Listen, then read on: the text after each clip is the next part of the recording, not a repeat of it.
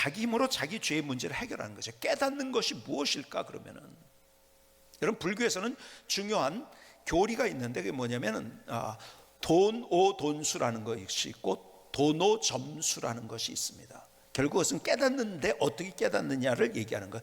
도노돈수는 뭐냐? 내가 어느 순간에 깨달은 거예요. 인생이 이런 거네 깨달아졌으면 그 다음에는 뭐예요? 그 다음에는 내가 무슨 고행이나 어떤 이런 것들을 할 필요가 없다는 것이죠. 내가 깨달으면은. 대표적인 사람, 여러분이 잘 아는 원효 대사를 너무 잘 아죠. 고려시대에 당나라로 유학을 가려고 하는데요, 가다가 한 번은 실패를 했어요. 못 갔어요. 그 다음에 두 번째 가는 길에 잠을 자게 되는데 어디서 잠을 잤는가? 무덤에서 잠을 자게 된 거예요. 자다가 목이 굉장히 마른데 옆에 바가지가 있는 거예요. 바가지 속에 물이 있는 거예요. 그래서 그걸 마셨죠. 시원하게 마셨죠. 그리고서 잠을 계속 잔 거예요. 밤에는 몰랐는데 아침에 일어나 보니까 그것이 바가지가 아니고 뭐죠? 얘기 많이 들으셨죠, 여러분들? 그렇죠? 바가지가 아니고 뭐예요? 해골이에요. 그렇죠? 그 안에 썩은 물이 있는 거예요. 그때 그 사람은 깨달았어요. 뭘 깨달았을까요? 쉽게 얘기하면 이런 거예요. 더럽냐 깨끗하냐는, 그 사물이 더럽다 깨끗하다는 결국 내 마음의 문제다. 내 마음이 깨끗하고 생각하면 깨끗한 거고 더럽다고 생각하면 더러운 거다. 이걸 깨달은 거예요, 이분이. 그래가지고 다시 유학을 가다가 돌아온 거예요. 그렇죠? 더 이상 뭐 내가 이제 그런 뭐 할 게 없는 거죠. 그렇죠? 깨달았어요. 마음의 문제라는 거예요. 그러니까 내 마음을 그렇게 먹으면 된다는 거죠. 자, 보세요. 그런데 깨달음으로 구원받는다는 말도 안 되는 말이고, 내가 마음을 그래서 먹는다고 됩니까? 내 마음 나도 몰라가 유행가 가사에도 나오네요. 그렇죠? 여러분, 내 마음을 아는 사람, 그리고 내 마음을 내 마음대로 조정할 수 있는 사람이 있나요? 아침의 마음과 저녁의 마음이 틀리고요, 우리의 감정의 기복, 우리의 느낌, 이런 것들은 다 불완전한 거예요. 근데 내가 깨달았다고 인생이 내 구원을 받나요? 여러분, 해결책이 없다는 것을 얘기하는 거죠. 그래서 이 도노돈수를 주장한 사람이죠. 그러니까 불교학적으로 얘기하면요, 불교적으로 얘기하면은 도노돈수는 뭐냐?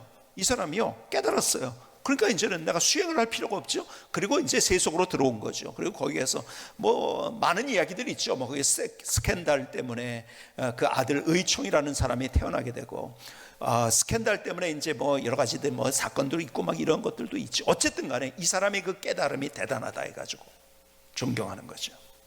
근데 또 하나는요, 도노점수라는 것이 있어요. 깨달아도 수행은 계속하는 것이다. 이게 불교의 주류고, 사실은 깨달은 다음에 수행이 필요 없다는 것은 불교에서 조금 뭐라고 할까, 이단으로 좀 취급되는 것이고 좀 그런 것이죠. 어쨌든 간에 깨닫는다고 해서 문제가 해결되고 해탈의 경지라는 것이 우리의 구원이 아니라는 사실인 거예요. 왜? 우리의 근원적인 문제를 해결해 주지 못했기 때문에. 그런데 예수님이 이 땅에 오셔서 아주 분명한 얘기를 합니다.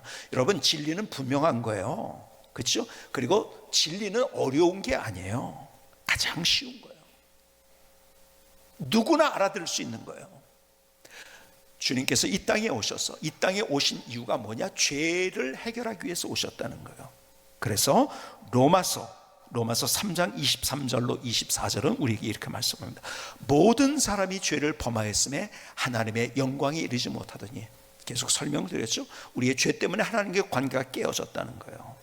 그런데요, 24절, 그리스도 예수 안에 있는 속량으로 말미암아, 속량 마음에 두시고요, 하나님의 은혜로 값없이 의롭다함을 얻은 자가 되었느니라.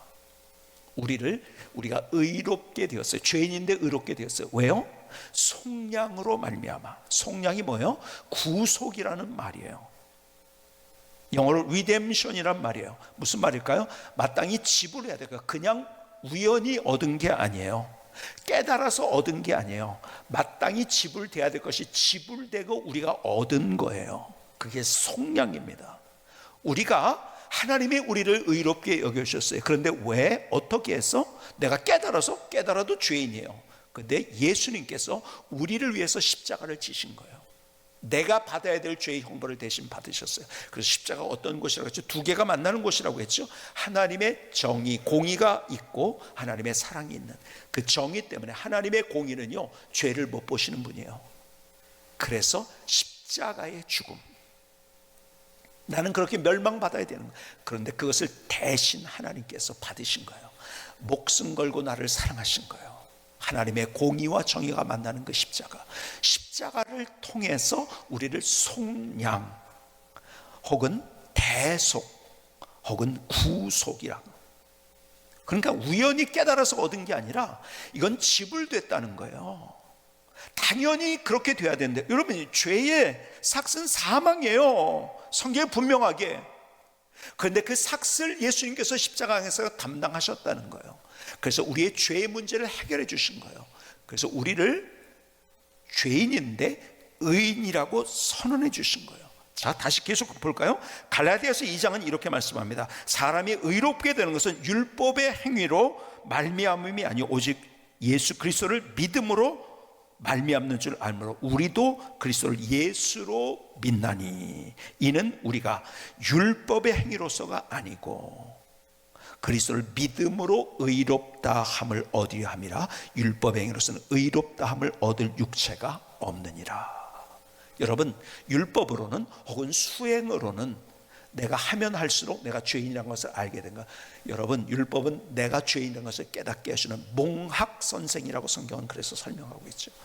여러분, 내가 열심히 어떻게 수행을 한다고 해서 내 죄가 해결되는 것이 아니라 내가 죄인이라는 것을 더 깊이 느끼게 되는 거예요. 더 경험하게 되는 거예요. 하나님께서 우리를 사랑하셔서, 그래서 우리가 너무 잘 아는 말씀, 이것은 너무 기가 막힌 복음이죠. 요한복음 3장 16절에 뭐라고요? 하나님이 세상을, 우리를 이처럼 사랑하셔서 어떻게 해요? 독생자 예수님을 주시기까지 사랑하셨다는 거예요. 이는 그를 믿는 자마다 멸망치 않고 영생을 얻게 하려 하십니다. 여러분, 우리를 그냥 깨달음으로 우린 구원받은 게 아니에요. 지불된 거예요. 뭐예요? 주님께서 우리를 위해서 목숨을 지불하신 거예요. 대속 제물이 되신 거예요. 그래서 속량이라고 이야기합니다. 구속이라는 것, 제가 말씀드린 것처럼 뭐 구속돼 가지고서 뭐 감옥에 갔다는 말이 아니라 구속이라는 말은요, redemption이라는 말은 마땅히 지불될 것이 지불되고 샀다는 거예요. 우리를 사셨어요. 그래서 예수 그리스도를 믿음으로 말미암아 우리는 용서받고, 그래서 구원이라는 게 뭐예요? 구원받은 거죠. 용서받고, 그리고 하나님의 자녀가 되고 하나님의 백성이 되고 천국을 수용하고 영원한 생명을 얻은 존재가. 그런데 최초의 제일 중요한 것은 뭐냐? 하나님의 관계가 회복되는 것은 용서로부터 회복되는 죄의 문제를 해결해 주신 거예요. 여러분, 예수 그리스도를 믿음으로 말미암아. 자, 그래서 예수 그리스도를 믿음으로 말미암아 우리는 여전히 죄인이에요. 죄인임에도 불구하고 주님이 우리를 의인이라고 선언해 주신 거예요. 우리를 의인이라고 선언해 주신 거예요. 여러분들 의롭게 됐다는 말이 계속 성경에 나오잖아요. 계속 지금 본 거, 여러분 우리가 읽은 성경에서 계속 나오죠. 의롭게 우리를 여겨주셨어요. 그 법적 용어입니다. 선고해 주신 거예요. 더 이상 너는 죄가 없다 선고를 해 주신 거예요. 그것을 신학적 용어로 칭의라고 이야기를 합니다. 자, 볼까요? 계속해서 로마서 3장 20절 이하는 이렇게 말씀합니다. 그러므로 율법의 행위로 그의 앞에 의롭다 하심을 얻을 육체가 없나니 율법으로는 죄를 깨달음이라. 계속 이거는 반복적인 거예요. 계속 성경은 이야기를 해요. 우리가 노력해서 얻는 것이 아니라는 거. 21절, 이제는 율법에 하나님의 한의가 나타났으니 율법과 선지자들에게 증거를 받은 것이다. 자, 이게 무슨 말인가? 율법과 선지자라는 말은 신약에서 나올 때, 율법은 모세오경을 얘기하는 거, 나머지를 선지서를 이 선지자라고 얘기하는 거예요. 그러니까 구약 성경의 초점이 뭔지 아세요? 오실 예수님이에요. 그리고 구약 창세기에서부터 우리가 잘못됐을 때 하나님께서 어떻게 해결해 주시는가, 모든 것이 십자가에 초점이 맞춰져 있는 거예요. 자, 죄를 졌어요. 그러니까 자기의 부끄러운 걸 알게 됐어요. 그렇죠? 그래서 나뭇잎으로 가렸잖아요. 그렇죠? 그때 짐승을 잡아서 피를 흘리고 그 다음에 그들에게 짐승의 가죽 옷을 입혀주셨어요. 피를 통해서, 십자가의 보혈을 통해서 우리를 구원하실 것이라는 것을 거기서부터 얘기했어요. 구약에 있는 얘기들은 다 그 얘기, 스토리가 그런 거예요. 거기에 나타난 모든 것들, 여러분들 제사를 지내는 것도 마찬가지예요. 양을 잡는 것도 마찬가지요. 여러분, 문설주에 피를 뿌린 것도 다 마찬가지요. 다 가치 이런 것들이 어디를 향해서 오실 예수님. 근데 그분은 단순히 오신 영웅으로 오시는 것이 아니에요. 십자가에 달리시기 위해서 오신 예수님을 구약에서는 예언을 하고 있는 거예요. 신약에 와서도요, 여러분 복음서를 한번 보세요. 예수님의 복음서에서 예수님이 병을 고치셨어요. 그렇죠? 기적을 행하셨어요.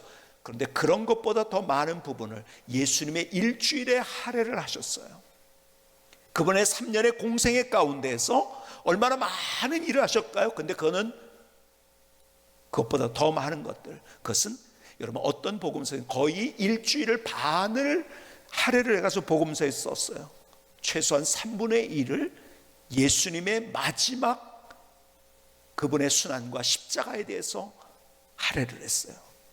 예수님은 단순히 기적을 하고 사람들의 멋진 모습으로 보여주기 위해서 영웅으로 보이기 위해서 오신 분이 아니라 그분은 우리의 죄의 문제를 해결해 주기 위해서 오신 분이라는 사실을 얘기하고 있는 거예요.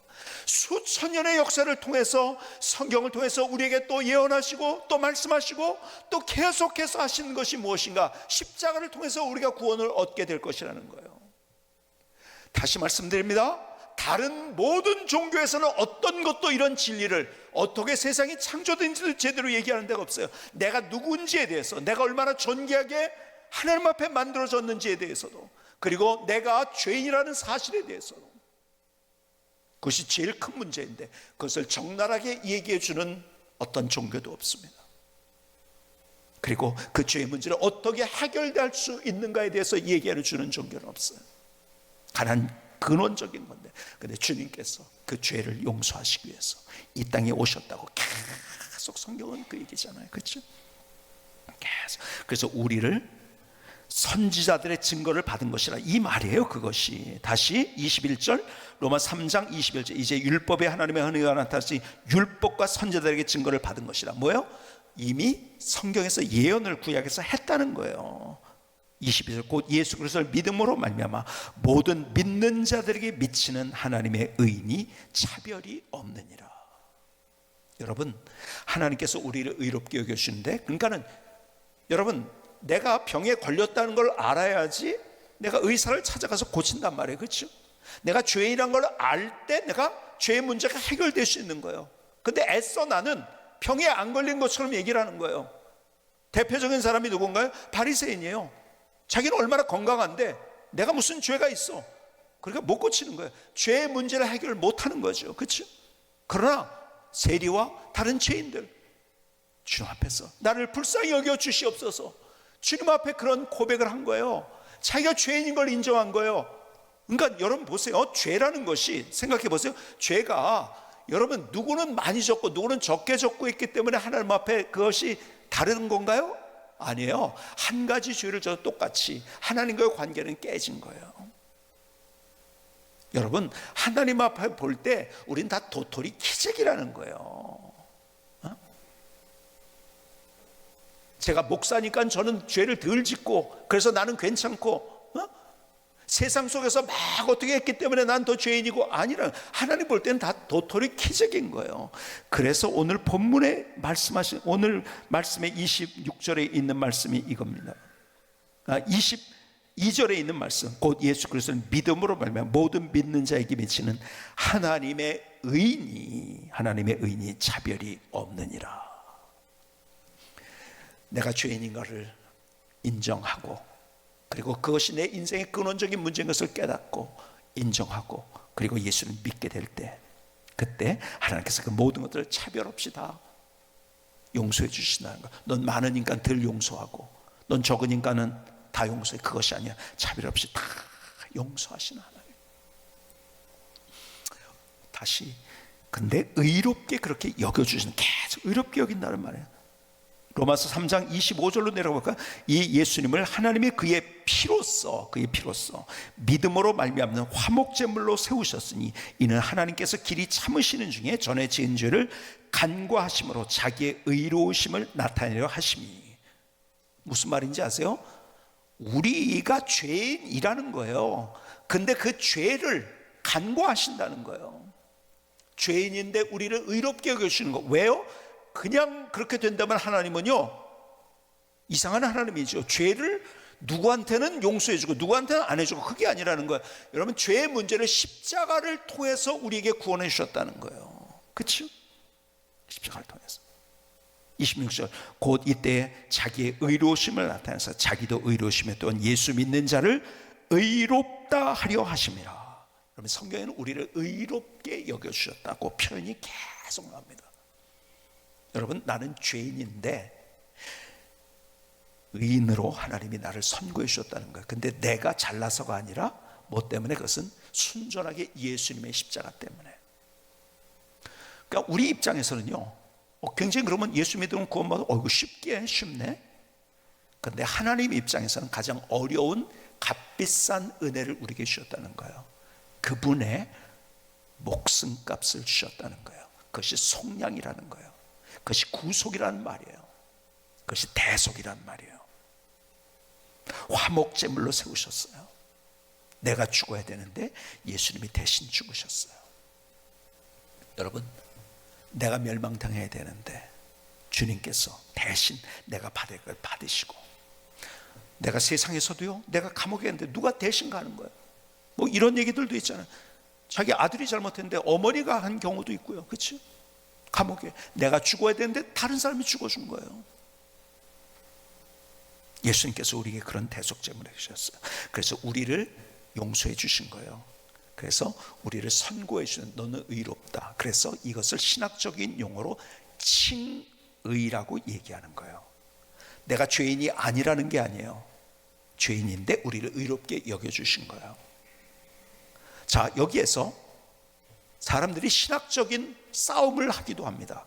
그렇다면 내가 예수 믿음으로 말미암아 내가 죄인인가 의인인가? 죄인인가요? 의인인가요? 어떤 사람은 이렇게 얘기합니다. 의롭게 여기서 나는 의인이지. 아니, 그래도 여전히 죄를 지니까 죄인이지. 뭐가 맞을까요? 예? 여러분, 오늘 제목처럼 의인된 죄인인 거예요. 우리가 사실은 우리가 의인된 죄인이에요. 무슨 말인지 아세요? 우리가 주님 앞에 선 날까지, 그래서 우리 예수님으로 믿음으로 하면 구원받은 거예요. 그래서 그 확신으로 가는 거예요. 자, 우리는 예수 그리스도를, 우리 성광이 공동체에 있는 모든 분들은 예수님 믿음으로 구원받은 거예요.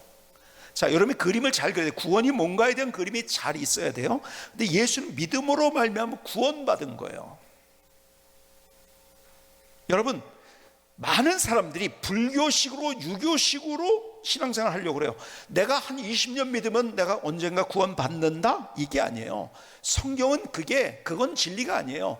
내가 언젠가 구원받는 게 아니에요. 내가 잘나서 구원받는 게 아니에요. 그것은 순전히 하나님의 은혜인 거예요. 그래서 예수님을 믿는 순간에 내가 구원받는다고 성경은 얘기해 주고 있는 거예요. 여러분, 그래서 내가 예수님 믿음으로 말미암아 구원받는 거예요. 그렇죠? 하나님은 우리에게 선물을 주셨어요. 그렇죠? 구원의 선물을 주셨는데, 예수님을 통해서 구원의 선물을 주셨어요. 근데 누구가 그 선물을 소유할 수 있나요? 받은 사람이에요. 어떤 사람은 선물을 주는데, 아이고, 감히 저한테 그런 선물을, 아이고. 그리고요, 어떤 사람은 그 선물에 관심도 없는 사람도 있고, 근데 그 선물을 받는 사람이 자기 거가 되는 거예요. 구원은 자기가 받는 사람이 자기 건 거예요. 그것을 성경은 이렇게 표현을 또 합니다. 영접하는 자, 곧 그 이름을 믿는 자들. 그것이 믿음이라고, 이게 받는 자가. 그렇죠? 영접한다. 예수님 믿음으로 내가 구원받은 거예요. 자, 저를 따라서 한번 할까요? 나는 예수님을 믿음으로 구원받았다. 여러분, 우리가 여기서부터 출발인 거예요. 신앙생활은 언젠가 구원받는 게 아니에요. 한번 따라해보세요. 언젠가 구원받는 게 아니다. 다시 한번 저를 따라서, 나는 예수님을 믿음으로 구원받았다. 여러분, 똑같은 거예요. 우리가 하나님에 대해서 누군가 해주는 얘기를 가지고, 아니면은 내가 그냥 박제된 그런 모습으로, 성경에 있는 모습으로만 내가 알고서가 아니라 그것을 똑같이 내 삶 속에서 경험해서, 하나님은 아브라함이 경험했던 것을 우리가 똑같이 경험하기를 원하세요. 다윗이 경험했던 것을 우리가 똑같이 경험하기를 원하세요.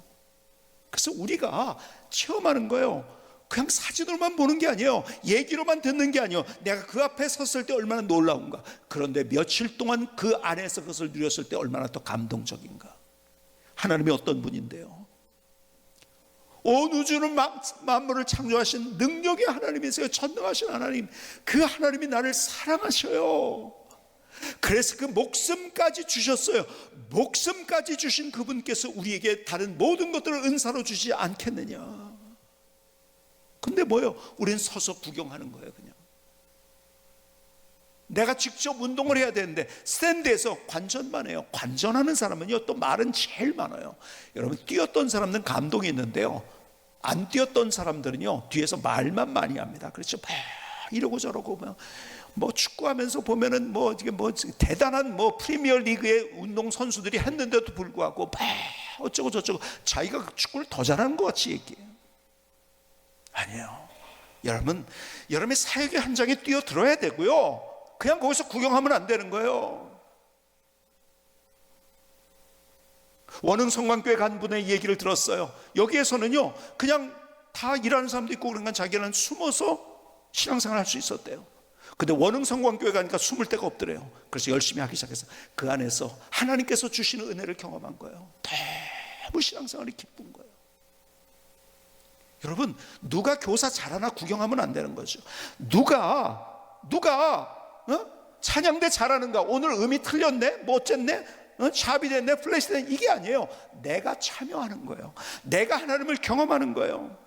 무엇보다 하나님의 말씀과 기도 가운데서 내가 하나님을, 예배 가운데서 하나님을 경험하는 거예요.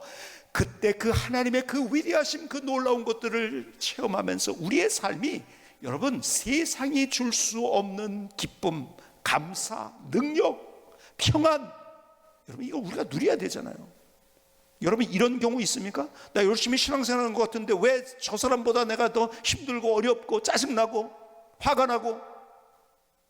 그만큼 하나님을 경험하지 못했다는 거죠. 내가 체험하지 못했다는 거예요. 더 그 안에 들어가는 거예요. 자, 우리가 하나님께서 우리를 의롭다고 여겨주셨어요. 그러나 여전히 우리는 죄인이에요. 그렇죠? 우리가 회개하고 주님 앞에 나가서 늘 자백하면서 나가야 돼요.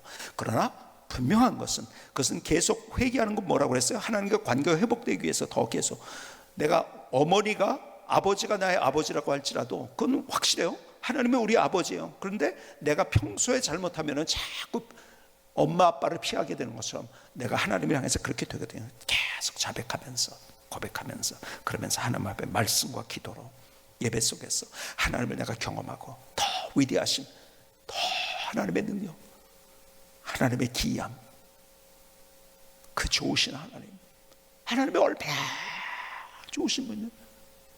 목사로서 제가 여러분에게 드리고 싶은 얘기, 그 좋으신 하나님을 경험했으면 좋겠다는 거죠. 어떻게 통해서? 성숙을 통해서 그 하나님을 경험하는 거예요.